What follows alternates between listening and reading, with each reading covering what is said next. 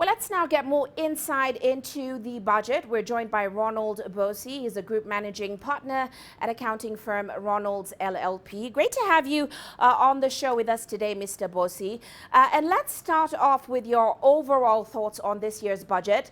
Now, what Kenyans were hoping for was a plan that, of course, addressed the rising cost of living in the country and at the same time ease the country's growing debt burden and ensured continued growth going forward. Do you think this budget did a good job of addressing all those pressing issues currently impacting Kenyans?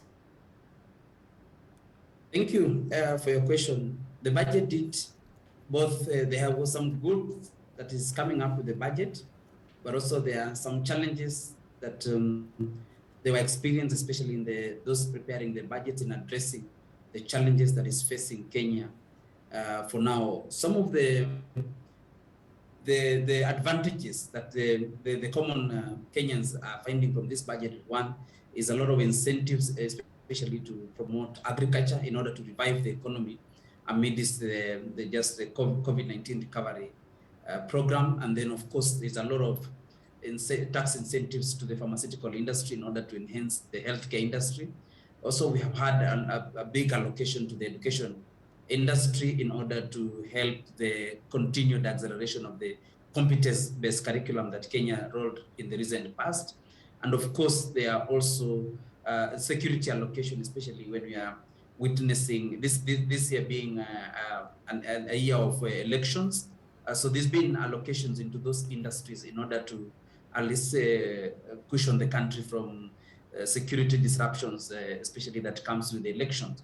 So the only thing that we realize that this year the country's budget is more aggressive in collecting more revenue using the indirect taxes as opposed to direct taxes. So you realize that with the indirect taxes, especially raising excise duty and custom duty, is going to really affect the ordinary citizens, because it will actually going to impact on the cost of goods, therefore not doing any better to the already high inflation that is being experienced for now. Yeah, so it has both advantages and disadvantages, this budget, but mostly, of course, when you're doing budgetary allocation, there's always the revenue constraints, which are there, but then we didn't see a lot of balance in terms of those incentives that will really spur economic growth and really position Kenya as comparatively with the other African countries. Right. Well, let's delve further into those taxes, because many expected to see some tax relief, especially on essential items such as fuel. What we did see Treasury do is propose a 10% increase excise duty, as you mentioned, on some products except fuel. What are your views on how effective this will be moving forward, how effective this move will be? And I'm curious to know, did you get any more clarity on the implementation of that national tax policy framework we've been waiting for? Yeah, okay. So in terms of the trying to lower the cost of living for the ordinary citizen, this budget did not do much good, because the recommendation to introduce excise duty, and of course that excise duty also, there is a lot of the devil is in the details, because the Treasury did not expound all the goods that will be covered by this excise duty. Of course, after the budget readings, the CS Treasurer clarified that it will not cover essential goods, but we wait to see what goods will be impacted that will not accelerate the high level of inflation that is being experienced on the goods this time. But of course, we have had a lot of waivers on import duty, especially on the parts that use an assembly of passenger vehicles. We've had also exemption on VAT for the manufacture, especially for input goods used in the manufacture of passenger vehicles, which is also a very good move, because passenger vehicles are exempt services in Kenya. Therefore, the issue that we had whereby those parts that are used in manufacturing of passenger vehicles were being vatable was very counterproductive, because it really limited in terms of the way of enhancing transportation in the country. That was a very good move. But of course, one of the areas that we are experiencing as a very big disadvantage here is the Treasury to introduce a law that requires that those who have cases at the tax tribunal, who have tax disputes, and those disputes are decided at the tribunal, they are required to deposit 50% of the disputed amount before they proceed to their court of appeal, which we believe this is really going to affect the cost of doing business in the country, because we will ordinarily will expect the Treasury to put up measures to ensure that it cushions taxpayers to explore and actually complete the justice system before they pay any taxes. So requiring taxpayers to pay 50% of the deposit taxes before they exhaust the justice system is quite counterproductive.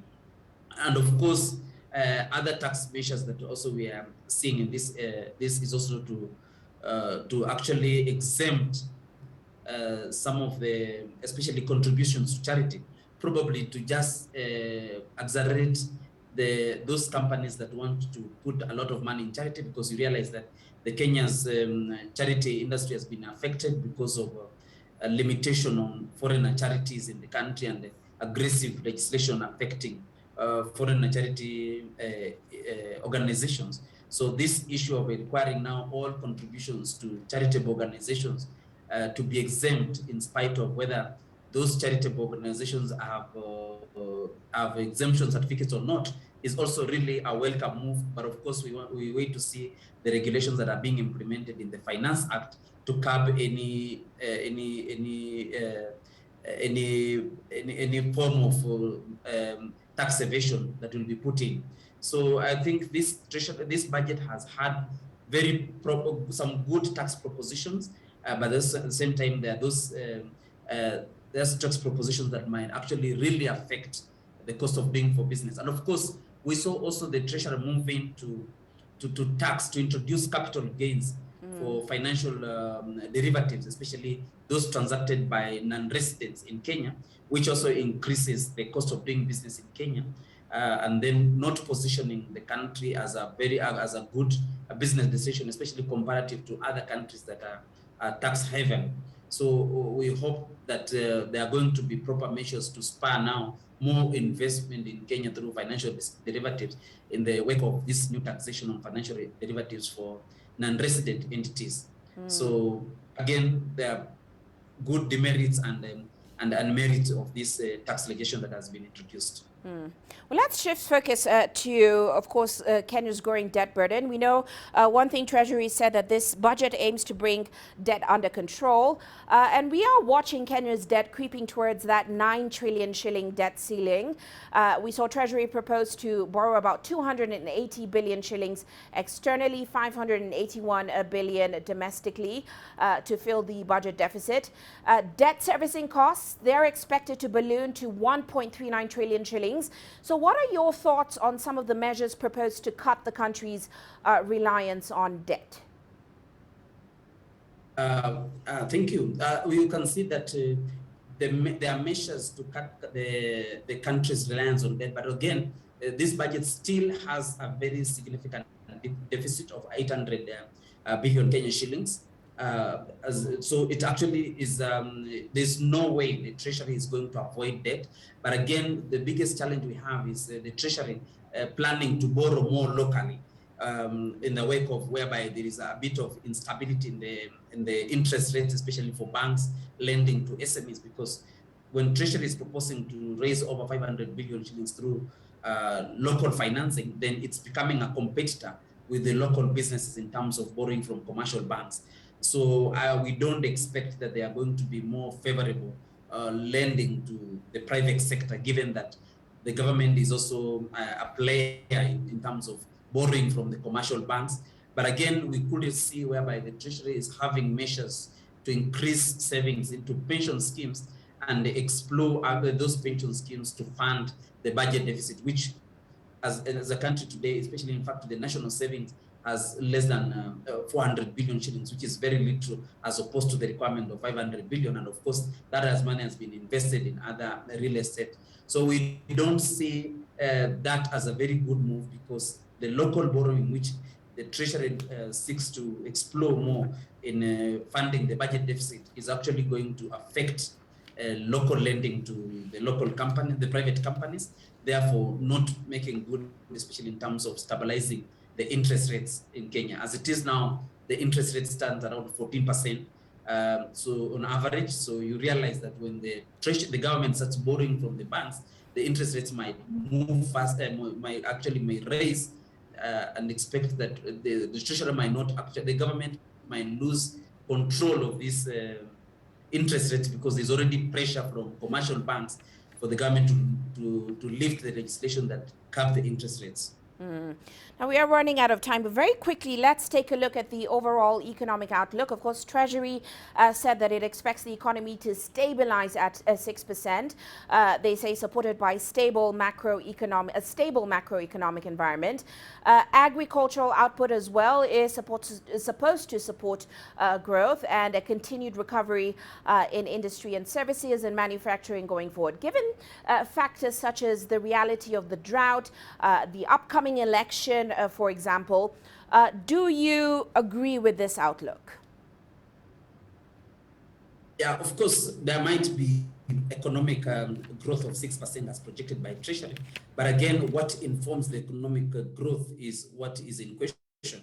Because even though agriculture and manufacturing expected to be a major driver of the economic growth, you haven't seen the Treasury put the necessary resources in that, because you realize less than 1% has been attributed to manufacturing of about 10 billion shillings, and just 46 billion shillings put in the agricultural industry. We haven't seen the Treasury being more proactive in actually investing in the key drivers of this economic growth. So probably the competition of the economic growth is coming from mostly infrastructure, which the Treasury has actually placed a significant resource of it. And of course, the county government allocations, which you hope a small percentage of it will be used in infrastructure, which then this growth in the infrastructural developments is not likely to impact or even affect the cost of living of especially for the ordinary Kenyans. So yes, we expect a 6% economic growth, of course, which most part of it, maybe the Treasury projects, will come from the infrastructural development. It may not have an impact, especially on the ordinary citizens, in terms of correcting the cost of living. So that is some of the challenges that we see with these budgetary allocations.